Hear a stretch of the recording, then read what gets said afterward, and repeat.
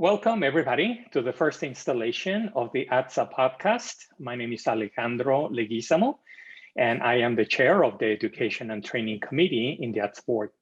I have the honor of being here with Dr. David Burton, who has a long history of treating, researching, and consulting for children, adolescents, and adults who have had sexual behavioral problems or have been convicted of sex offenses. He did his undergraduate education at the University of Houston and then obtained a PhD in social work at the University of Washington. He did his dissertation work with teens and children with sexual behavioral problems and with adults involved in domestic violence, some of whom were also pedophiles. He was a faculty member at the University of Michigan, Ann Arbor, as well as Smith College. And he has a long history of publishing over 60 papers and chapters. He retired in 2013 due to poor health. He served in the ATSA board in the past as the first chair of Education and Training Committee and a secretary. And he was honored by ATSA with a Lifetime Achievement Award. And he has also received awards for both research and training from the National Adolescent Perpetration Network.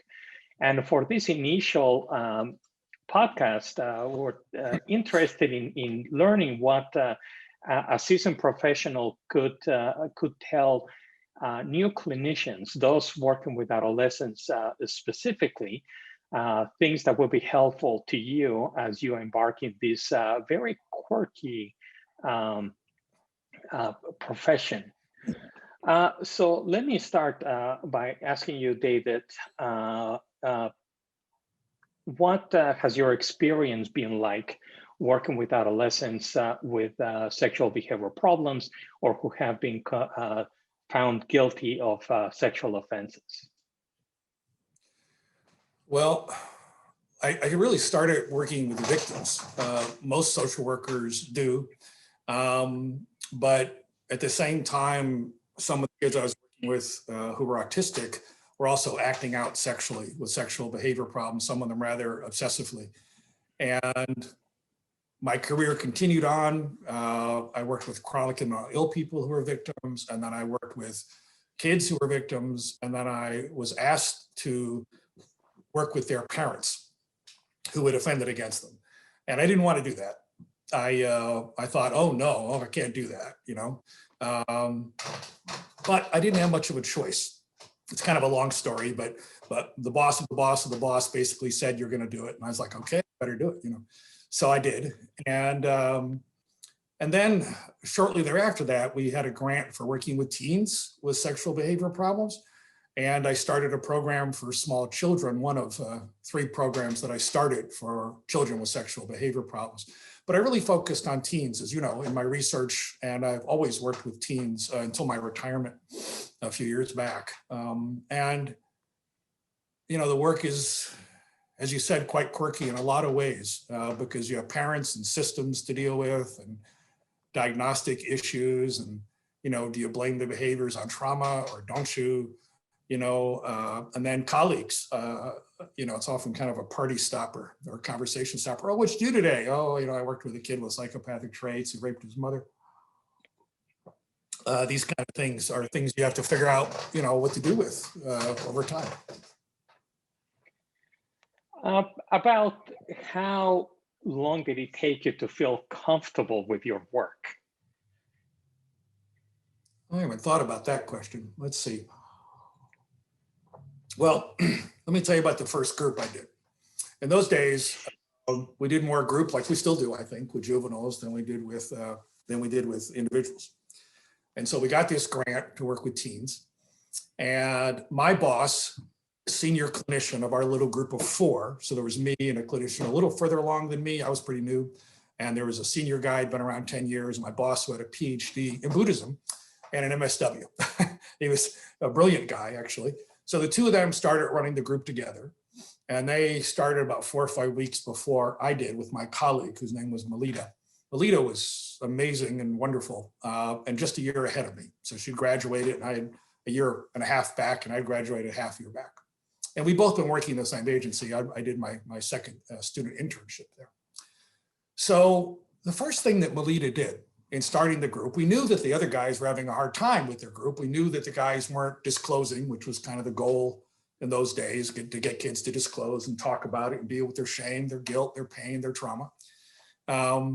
First, and so the guys group hadn't opened up at all. Here we are 6 or 8 weeks in, and the senior guys had it. And then Melita and I had the group, and she was the lead, not me. And Melita had never worked with sex offenders or kids with sexual behavior problems. The first thing she said is, "Are you guys nervous?" To the young men, there were about 10 of them in the room with the two of us. We were both in our 30s, our early 30s. And the guys looked around and I looked around, and we're all kind of like, do we say? And she said, "Well, I'm nervous. I've never done this before." And then the guys started disclosing and saying, "Well, I'm nervous too. I'm nervous too." And I said, "Oh yeah, me too. Raise your hand if you're nervous." We all raised our hands. And that trust building exercise led to the next week to almost every single kid disclosing their sexual offense. It was astonishing and amazing and magical. And I felt so good about Melita and working with Melita and watching her be so healthily transparent. She didn't violate her own boundaries. She didn't share more than she should, because that's always tricky in clinical work with children, I think. But instead, she just stated her emotions at the time, setting a model for the rest of the kids. And I took that through my entire career, is that we can set models for kids. And that same trick worked many, many times, I have to say. And she just did it like, off the cuff. She was just a natural. So it didn't take long. I felt very comfortable with the beginning. The next step, though, was with the disclosures.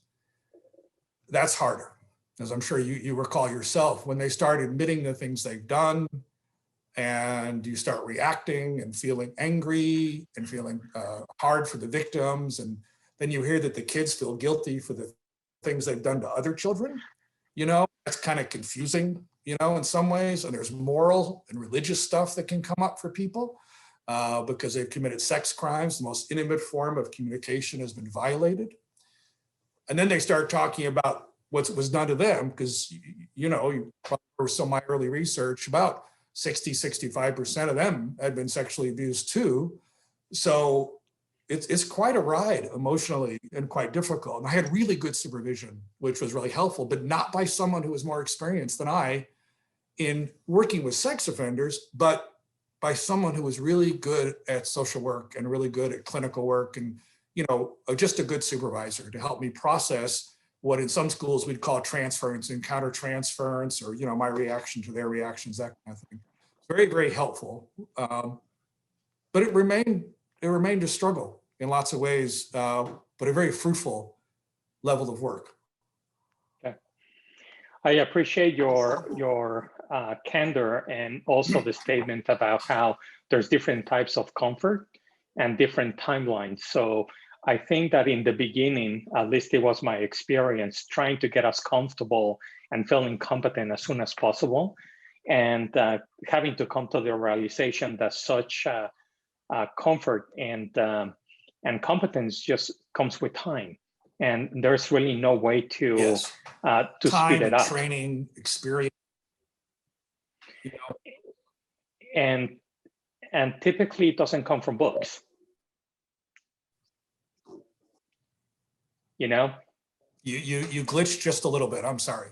Okay. And typically it doesn't come from books. Oh yeah, I was always a good student, right? Like you were, as I recall. And I went and read every book I could on sex offenders and sex offending. And I think there were 100 pieces at that point in time, maybe 150. Bill Marshall and Tony Kavanaugh Johnson had written about kids. Rob Longo had a thing out, and they were all helpful, mind, but not with the emotions. That's supervision and peer supervision. And really just being able to do your own work. I think one of the things I would say, knowing that this is about clinicians beginning their time, is, and this is what I've said to my interns and my mentees for a very long time, is you meet yourself in your clinical work. Now, that doesn't mean that the kids you work with are like you or you're like them necessarily, but you have an angry kid, you might have been angry when you were young. You have an angry father or mother, you know, of the kids. You might have had an angry father or mother. So you really meet your stuff, you know, in the road there. And you got to be ready to do your own work, I think, in order to work with sex offenders comfortably, because it's the most intimate type of clinical work I've ever seen. It is the most challenging and the most rewarding work that I had ever done. I did lots of other kinds of work with different clientele and different levels of work and all kinds of stuff prior to and a little bit during the beginning. But the rewards here are really amazing, I have to say. But you're right, you got to get to that comfort, and it takes time. And it's not about books. It's about mentors, I guess I would say.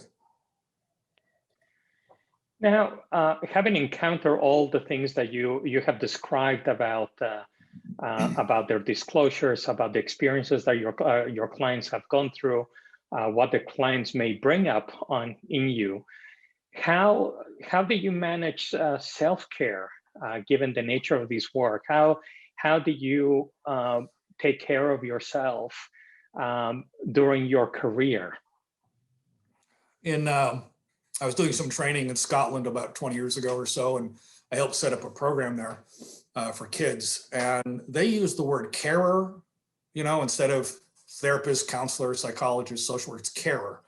And somehow that word for me communicated the need for care for ourselves, because carer is right in the word, you know? Mm-hmm. So I did lots of things. First, let me tell you what the research says, and then I'll tell you what I did.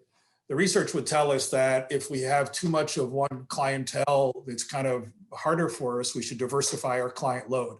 And that's nice if you're in a private practice, which new clinicians most often are not because of licensure needs. And I never did that either, really. It just didn't work for me. I became a specialist and wanted to go deeper and deeper. Another thing the research says is that if you look at Maslach, for example, in her work, is that a lot of burnout comes from institutional issues, not from client issues. And I know you're familiar with that as well as I, that, you know, the pressures, the kind of crap behind the scenes, you know, all the stuff that happens in an agency can really deride your process. So those are two pieces of research that have been true for a long time. But what I did was I made sure I had a good life. You know, we both have kids and spent a lot of time playing with my kids. You know, I got home at 5, I cooked dinner, I played with the children, you know, I liked to bike ride when I was healthy. I would bike ride and work out a lot. I read for pleasure, still not quite as much as I used to, but, you know, I would read a book every 2 or 3 days, and that brought me great relief and escapism, you know, and I watched Star Trek, you know, whatever you like that makes you laugh and smile and feel hope for the world, which almost all of Star Trek does. Oh, there's my cat visiting. I think that you have to have a healthy life is the answer. And also disclosing what I did earlier about how you run into your stuff. I ran into my dad a lot. My dad and I had a very difficult relationship, and I ran into him with parents, and I did my own therapy. This is something that most professors won't say, and it shames me. Actually, I'm ashamed that my colleagues won't admit that they're in therapy or have been in therapy, so I will do that. And I've done it many times that, you know, I start working with this kid who had this very angry alcoholic dad like mine was. And it just triggered me. You know, it gave me feelings about the kid that weren't appropriate. And I kind of wanted to punch the dad because I was bigger than him now, you know, and I recognized all that very quickly. Yeah. I talked to a supervisor about it. I was able to work it out well. I didn't need to transfer the case. I made sure to keep my supervisor's eye on that case. I filmed the work with the dad because I was doing family work as well as group and individual work with the boy. And then I went back to therapy and talked about my dad. I think that many of us have taken medications. Many of us are in therapy. Most of us won't admit it because there's a shaming factor, and that's a real shame.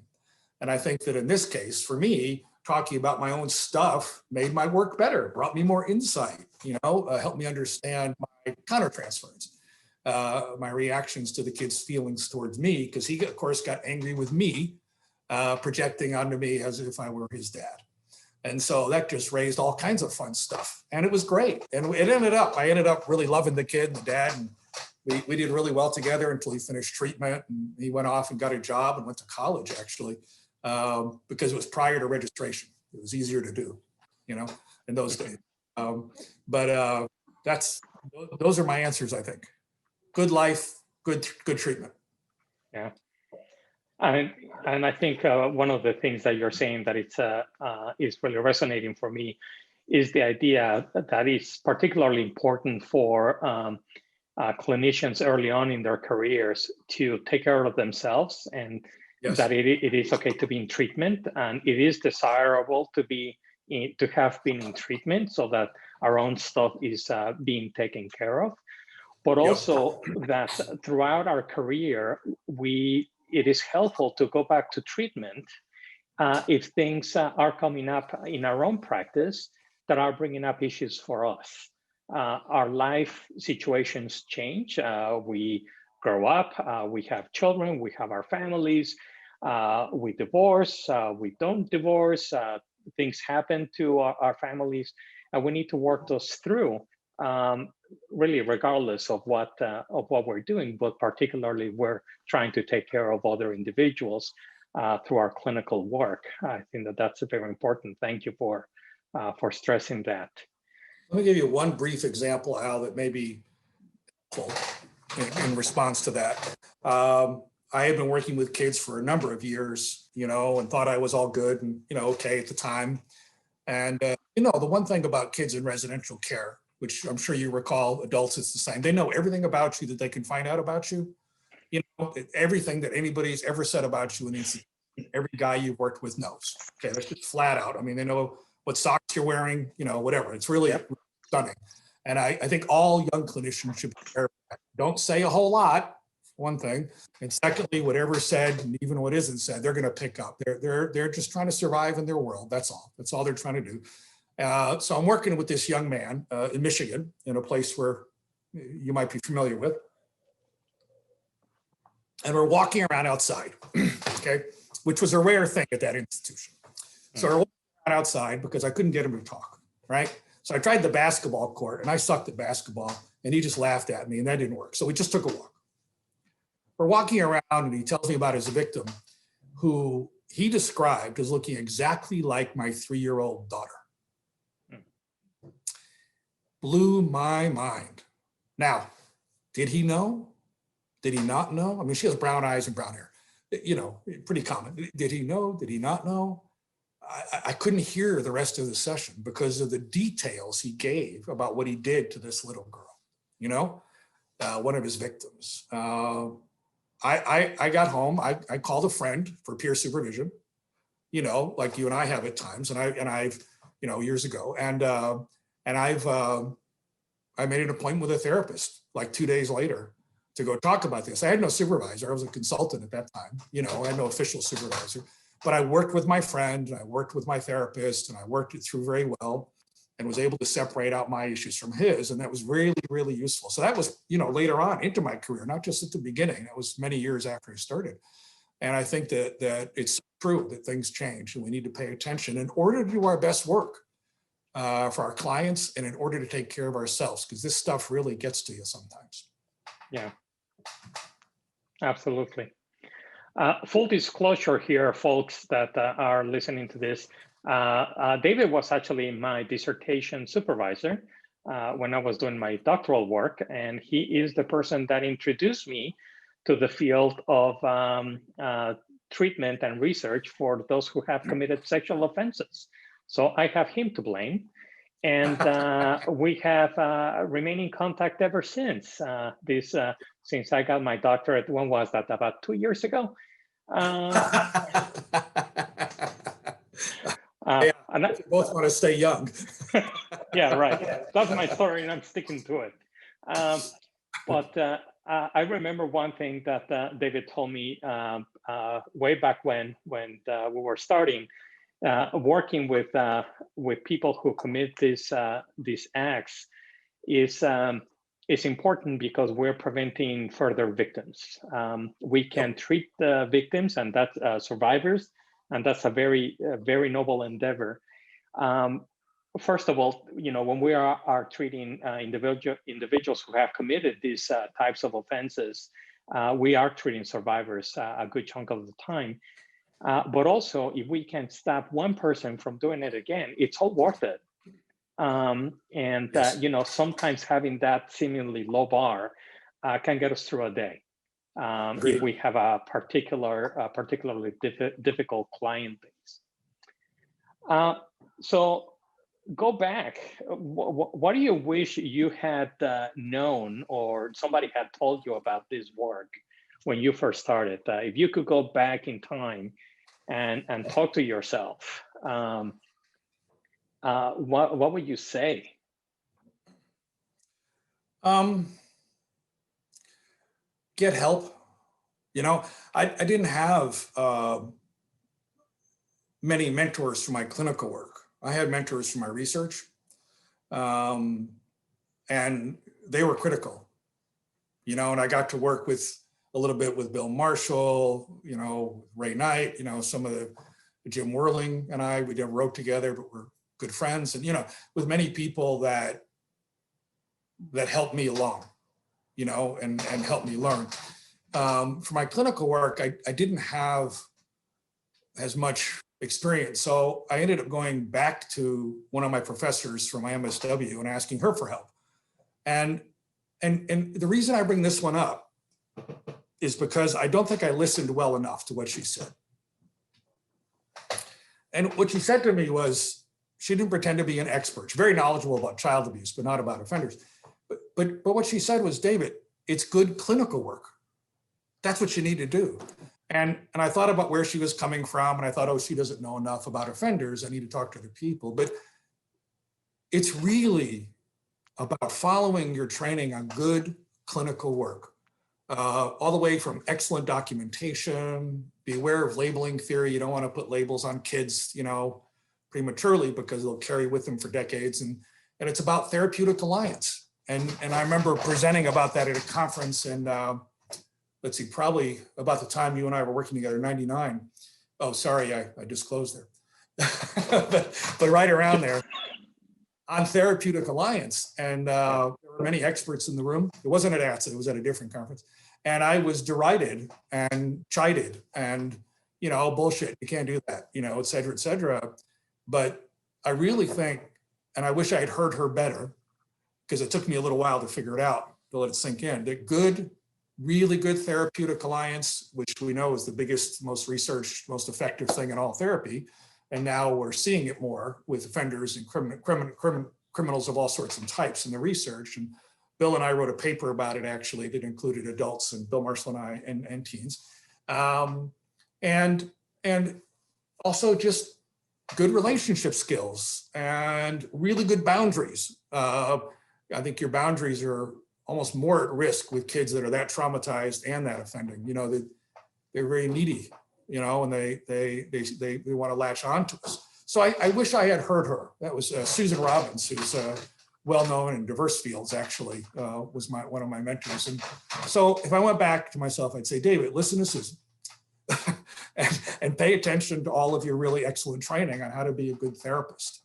And don't listen to all of these guys who are telling you should yell at them, be punitive in any way, that you should make promises that you don't keep, that you should offer incentives that aren't real or that are going to harm the kids. Instead, really focus on that relationship and get excellent supervision.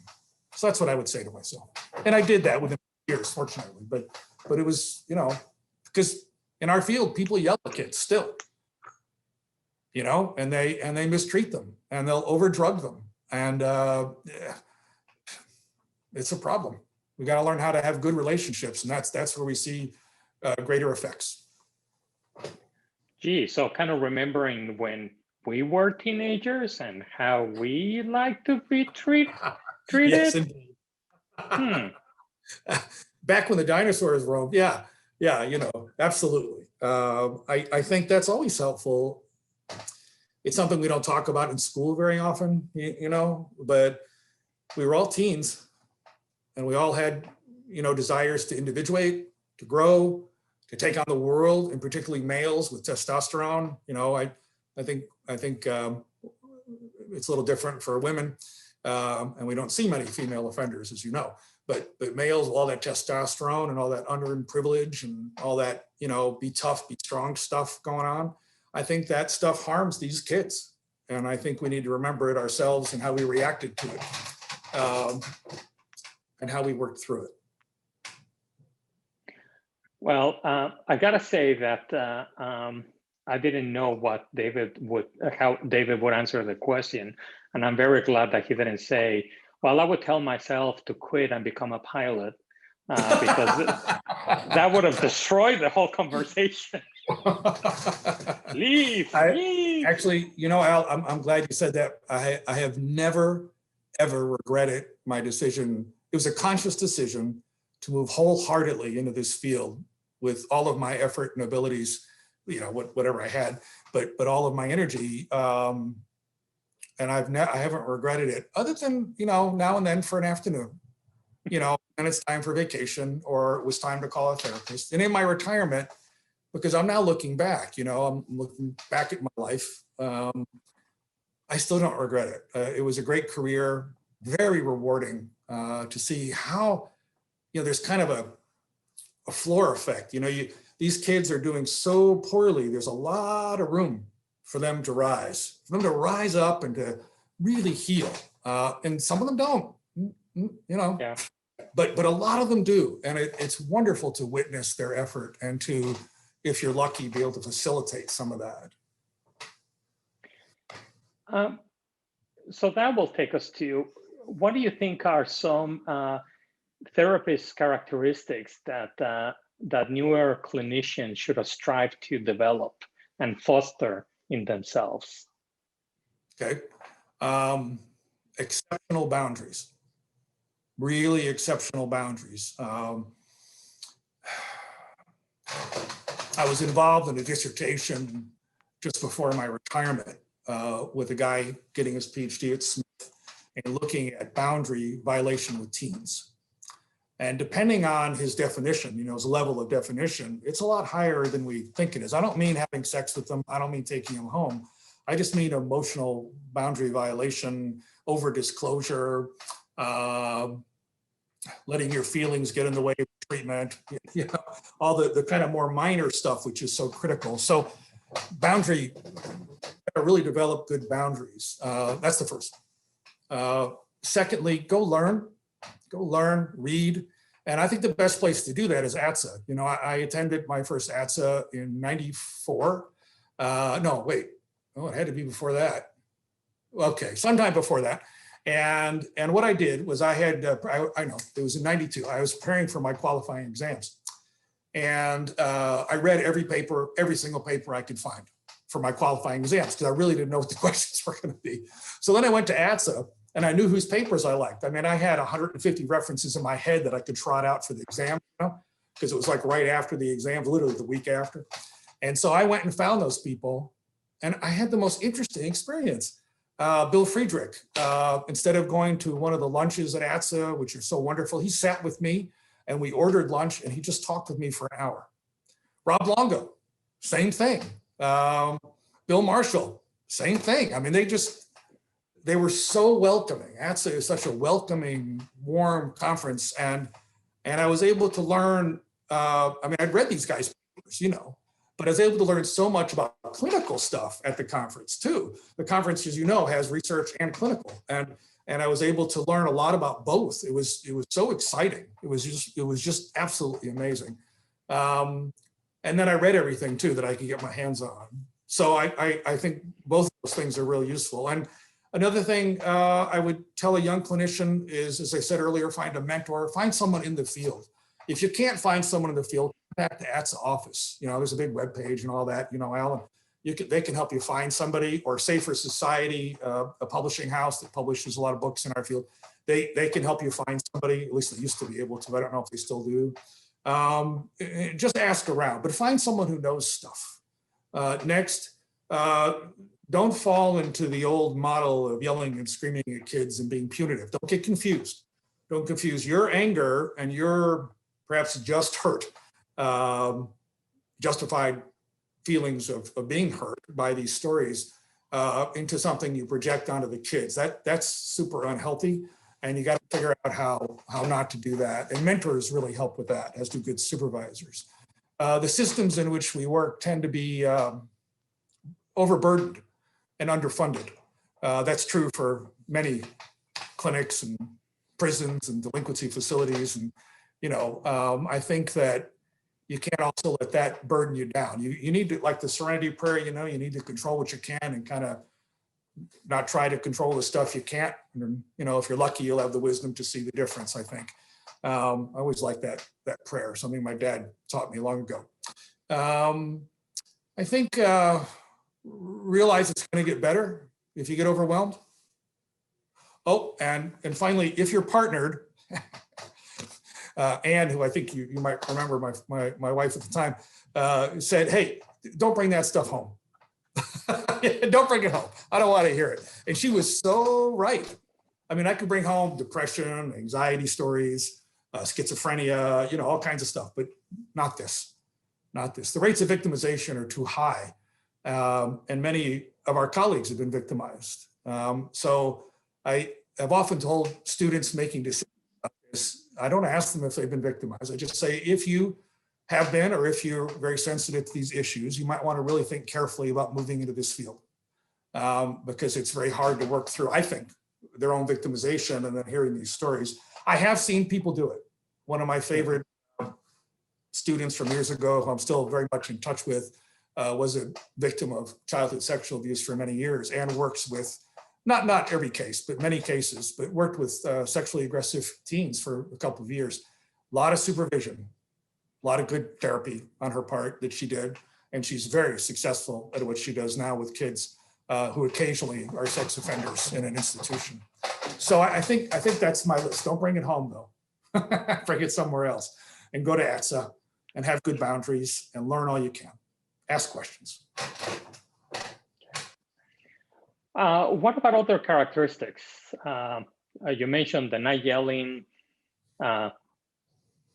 compassion. Yeah, compassion, kindness, listening, skills.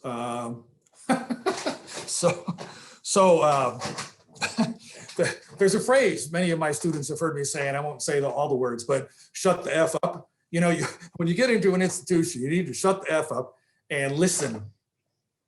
Don't try to show off your new skills. Everybody there has more skills than you. Get over it.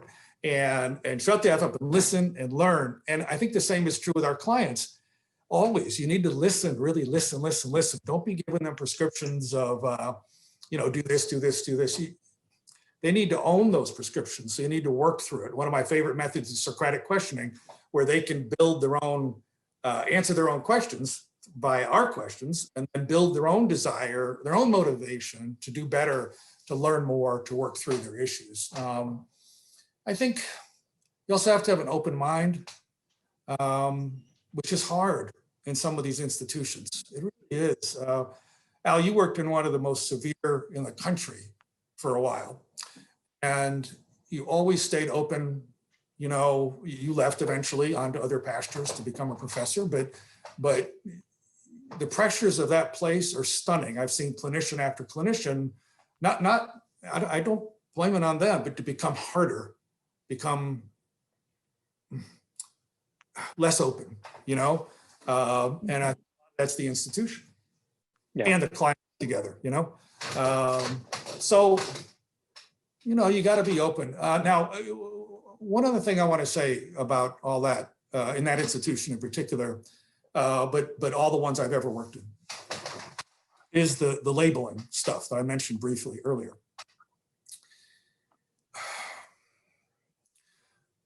If you're going to call a client anything, call him by his name, or a pseudonym if you'd like, if you're discussing the client, and be careful, of course, in doing so.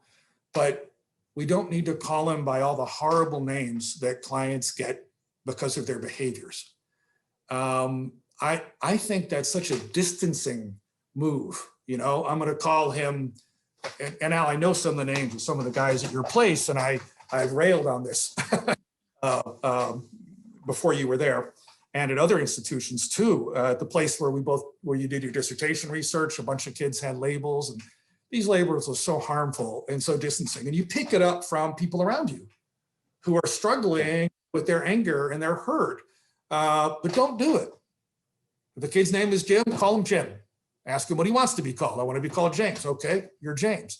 But don't call him any of those other names or any of those other curses or any of those other things. That's just bad clinical work. And it's hard not to do. And along with that are the jokes. You know, you're a very funny guy. I love jokes, but I've never heard you tell a joke about a sex offender in all the years I've known you that I remember. Maybe you have, but I don't think so. And I think, you know, people tell jokes about the kids because they can't deal with the discomfort. These things, I think, create a division between you and your client.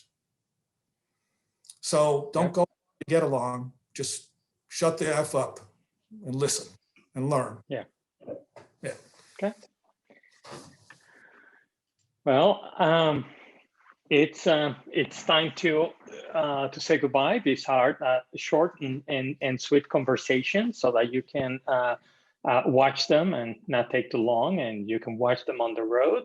I'm sorry, you can listen to them on the road. Do not watch them on the road, especially if you're if you're driving. That we like to foster safety here. Healthy habits. I would like to thank David for his willingness to talk to us, and stay tuned for further videos and audio podcasts with various people in the field and outside of the field, so that we can have interesting conversations about things that have to do with the work that we do. So thank you very much, David. Well, Al, I'm honored that you had me on your inaugural podcast, and I'm excited that ATSA is trying to reach out to young clinicians. That's so important, and I again encourage them to. And I'm not being paid for this, by the way. I'm just saying I loved ATSA, and I encourage you to go and get some training and learn. And please come help the field and help us prevent more sexual assault. That's the goal. Thanks, everybody. Have a great day.